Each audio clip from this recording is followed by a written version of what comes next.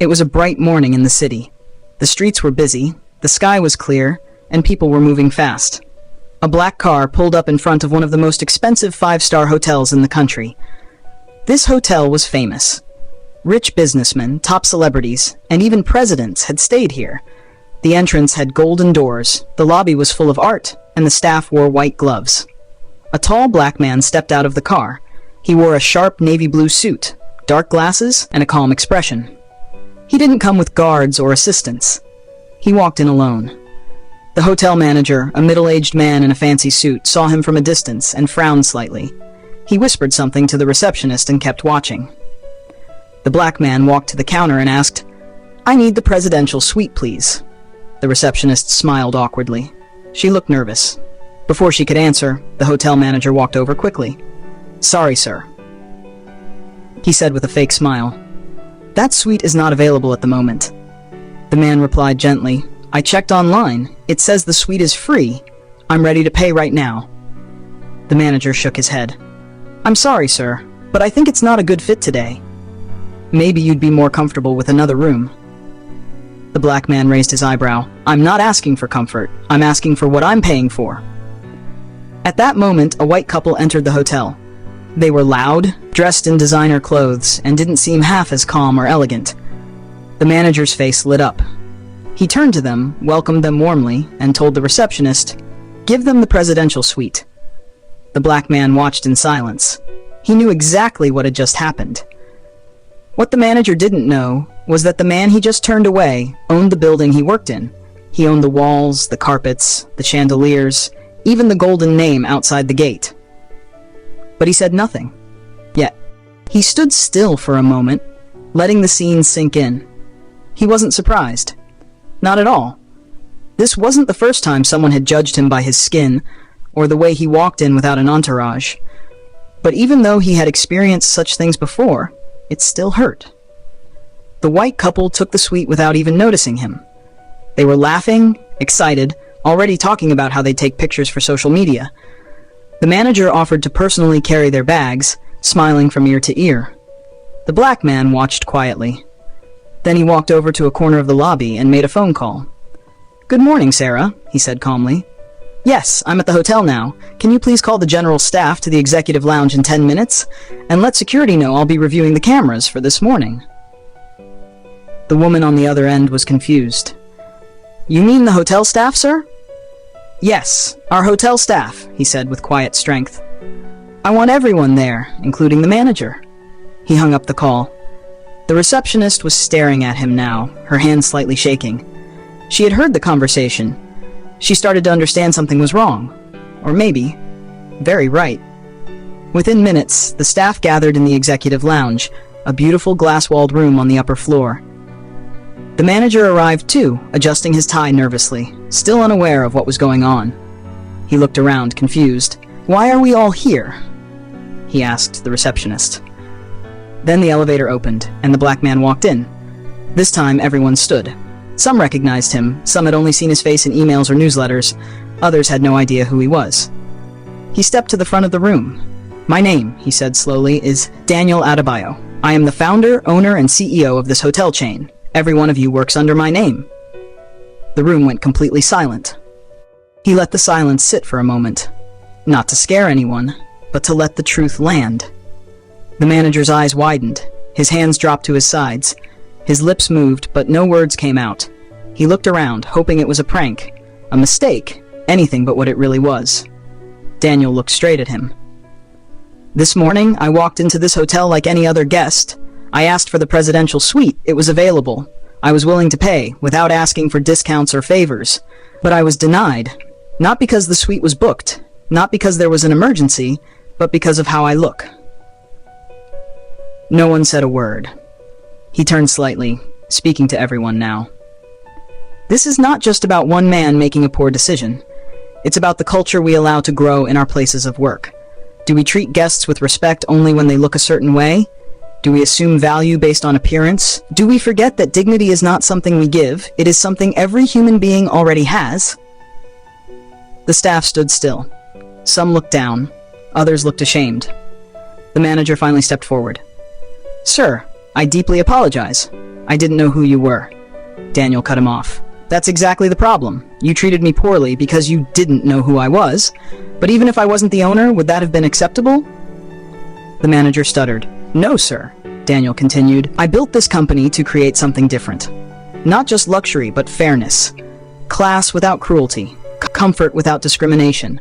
If we fail in that, we fail in everything. He turned to one of the assistants. Kindly escort the couple in the suite to another room. Politely. This is not their fault. Then he looked back at the manager. As for you, we'll discuss your position after this meeting. The manager's face turned pale. He nodded slowly, knowing there was nothing more to say. Daniel turned back to the staff. His voice softened, but it still carried weight. I know many of you work hard. I know some of you treat every guest with kindness, no matter who they are. But all it takes is one moment, one decision like this, to ruin the trust we've built. He paused, then added, This is not just about a room. It's about how we see people. It's about what we stand for.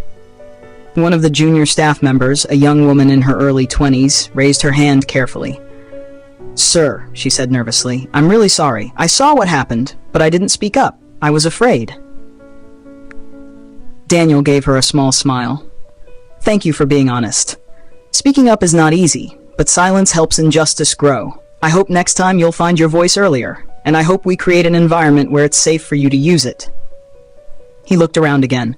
I didn't come here to embarrass anyone, but I also won't allow the values of this company to be ignored. I don't care if someone is a millionaire or a messenger. Everyone deserves respect. The staff began to nod. A few clapped quietly, unsure if it was the right time. Daniel didn't smile. Not yet. From now on, he said, every employee will undergo new training, not just in service, but in human decency. This hotel is known for its gold and glass, but I want it known for how we treat people. He turned and walked out of the room, leaving a heavy silence behind him. Downstairs, as he reached the lobby, the receptionist stood and whispered, I'm sorry, sir. He simply nodded and walked past her. He had made his point. Without shouting. Without revenge. With only truth. Back in the lobby, Daniel took a seat in one of the chairs near the large glass window. He looked outside at the city, fast-moving, loud, and full of people like him who had faced this kind of treatment too many times. He remembered his journey. He had worked 3 jobs while going to school. He had been homeless once. He had been laughed at during his first pitch meeting. But he kept going. He kept building. And now he owned buildings that once refused him entry. He didn't become successful just to prove people wrong. He did it to open doors for others, doors that had always been shut for people like him. As he sat quietly, a little boy walked into the lobby holding his mother's hand. The boy stopped and stared at Daniel. Then he smiled and waved. Daniel smiled back. That small moment reminded him why this mattered. Discrimination isn't always loud. Sometimes it hides in politeness, in fake smiles, in soft words that carry sharp judgment. But no matter how it shows up, it must be challenged. Upstairs, the manager sat in his office, still stunned. He thought about his actions. He thought about all the times he may have done this before. And for the first time in years, he felt truly ashamed. Not because he was caught, but because deep down, he knew better. In the next few days, the news of what happened spread quietly through the hotel chain. Managers in other branches heard about it. Staff started whispering stories, some good, some bad. But more importantly, people started paying attention. No official press release was made. Daniel didn't post about it online. He didn't need to. The lesson had already been planted, and it was growing. A week later, the hotel's atmosphere had changed. Staff members were more alert, more thoughtful. Not because they were afraid, but because they had seen a leader stand for something real. They had seen that success wasn't just measured in money, but in integrity. Daniel returned quietly to his main office in another city. He didn't mention the incident to the board. He didn't fire the manager that same day. Instead, he waited. He wanted to see if the man would grow from the experience or repeat the same mistake. In the meantime, Daniel launched a new internal program across the company. It was called Dignity First. Its goal was simple: teach staff how to recognize hidden bias, how to treat every guest with respect, and how to build a culture that sees people before anything else.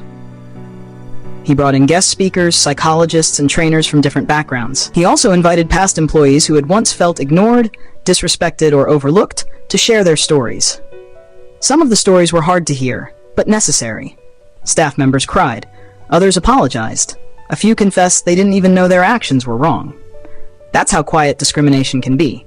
It hides behind rules, smiles, and uniforms. But now, something was changing. Guests began to notice too. Reviews mentioned not just comfort and service, but kindness, care, and honesty. The hotel's ratings went up, so did employee morale. Daniel received a message from an older staff member in another city. It read, "Sir, I've worked in hotels for 32 years. No boss has ever done what you just did. You made me proud to wear this uniform again." He smiled. This was why he built it. Not just to own a hotel, but to shape the kind of world people wanted to walk into. One where no one has to prove they belong. Months passed, and the hotel chain became known for more than luxury. It became a symbol of dignity. Other businesses took notice. Some began to copy the Dignity First program. Others invited Daniel to speak, to share how a quiet act of standing up could change an entire system. As for the manager who had denied Daniel that day, he asked for a meeting. Not to save his job, but to say thank you. He had taken the training seriously. He had listened, and he admitted, "I judged you. I judged so many others, but I've changed. Not because I had to, but because I finally understood what I had been blind to." Daniel shook his hand.